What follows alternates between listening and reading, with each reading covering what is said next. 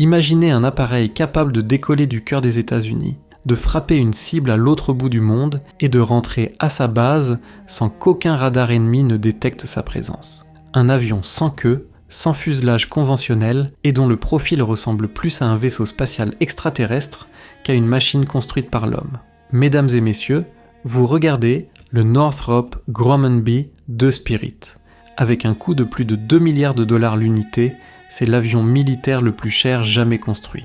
Sa mission ? Pénétrer les défenses aériennes les plus denses de la planète et larguer sa charge létale avant même que l'ennemi ne sache qu'il est attaqué. Mais comment fonctionne exactement cette merveille technologique ? Et pourquoi l'Iran ne réussira-t-il jamais à en abattre un ? Aujourd'hui, nous découvrons les secrets du bombardier furtif B-2.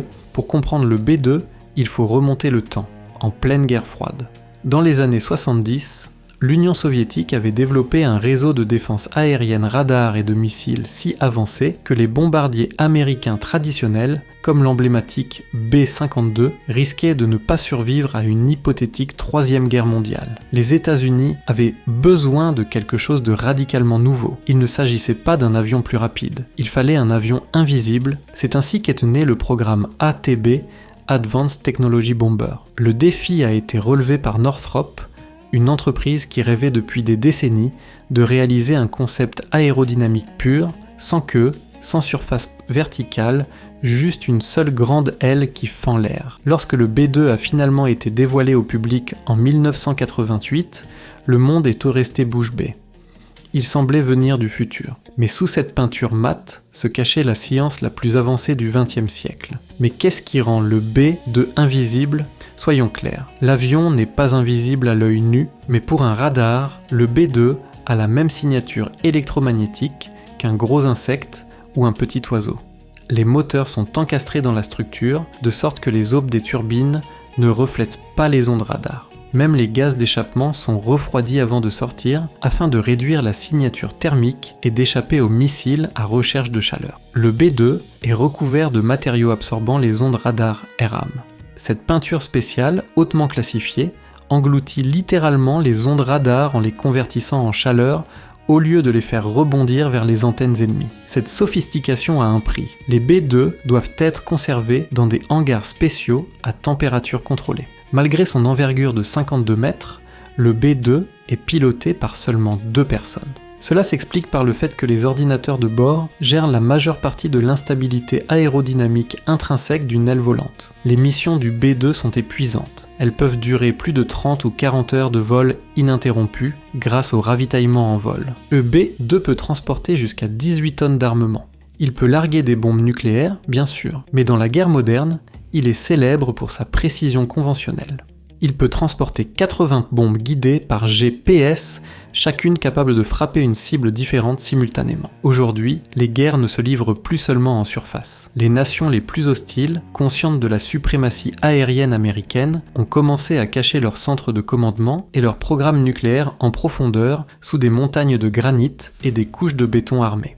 Le B-2 est le seul bombardier furtif capable de transporter la GBU-57 MOP, un monstre de métal et de létalité de 13 tonnes. Volant de manière invisible au-dessus de l'espace aérien ennemi, le B-2 larguerait cette arme qui, grâce à son poids et à sa conception aérodynamique, atteint une vitesse supersonique en chute libre. La bombe n'explose pas au contact. Elle perfore le sol, forant littéralement la roche et le béton armé sur plus de 60 mètres de profondeur, et ce n'est qu'à ce moment-là que la fusée à retardement déclenche une explosion dévastatrice à l'intérieur du complexe souterrain.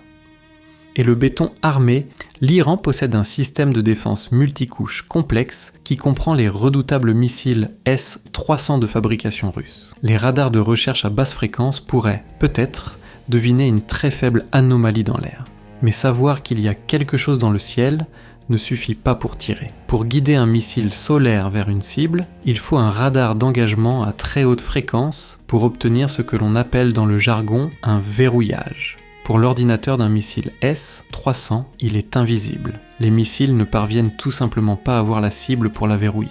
Si l'on ajoute à cela qu'il attaquerait en plein cœur de la nuit, le résultat est à sens unique.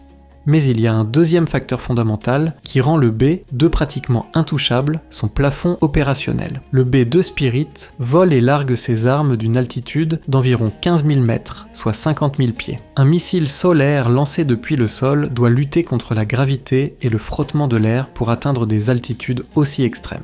Arrivé à 15 000 mètres, le missile a épuisé une grande partie de son énergie cinétique, ce qui rend une manœuvre d'interception contre une cible invisible mathématiquement impossible. Et qu'en est-il des chasseurs d'interception iraniens comme les MiG-29 ou les vieux F-14 Tomcat ?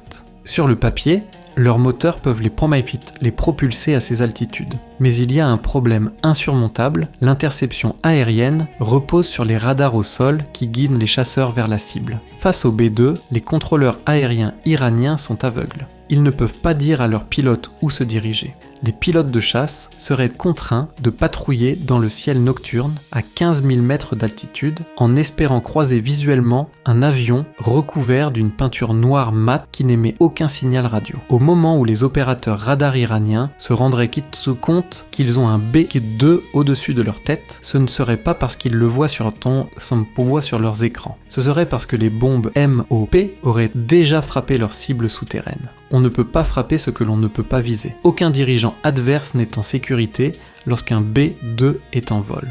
Initialement, l'US Air Force voulait en acheter 132, mais avec la fin de la guerre froide et l'effondrement de l'Union soviétique, le coût astronomique du B2 est devenu difficile à justifier. Finalement, seuls 21 exemplaires ont été construits. Son baptême du feu a eu lieu en 1999, pendant la guerre du Kosovo. Les B2 décollèrent du Missouri, volèrent jusqu'en Europe, larguaient leur cargaison avec une précision millimétrique et rentraient à la maison. Un voyage aller-retour de 30 heures, ils ont détruit un tiers des cibles de toute la campagne serbe, tout en effectuant que 3% du total des vols. Depuis lors, le B2 a été utilisé pour enfoncer les portes des défenses ennemies en Irak, en Afghanistan et en Libye. Aujourd'hui encore, sa seule présence sur une base aérienne étrangère est utilisée comme un lourd instrument de diplomatie. Lorsque les États-Unis veulent envoyer un message clair à une nation hostile, ils envoient une paire de B2. Le B2 Spirit est bien plus qu'une machine de guerre. C'est l'incarnation de l'un des plus grands paris en matière d'ingénierie de l'histoire. Il a prouvé qu'un avion pouvait s'évanouir dans les airs, devenant l'arbitre invisible des conflits modernes. Mais le temps passe aussi pour les fantômes. Les États-Unis développent actuellement son successeur, le B-21 Raider, plus petit, plus économique et encore plus furtif, conçu pour remplacer les B2 d'ici la prochaine décennie. Pourtant, lorsque le dernier B2 prendra sa retraite, il laissera derrière lui un héritage inégalable.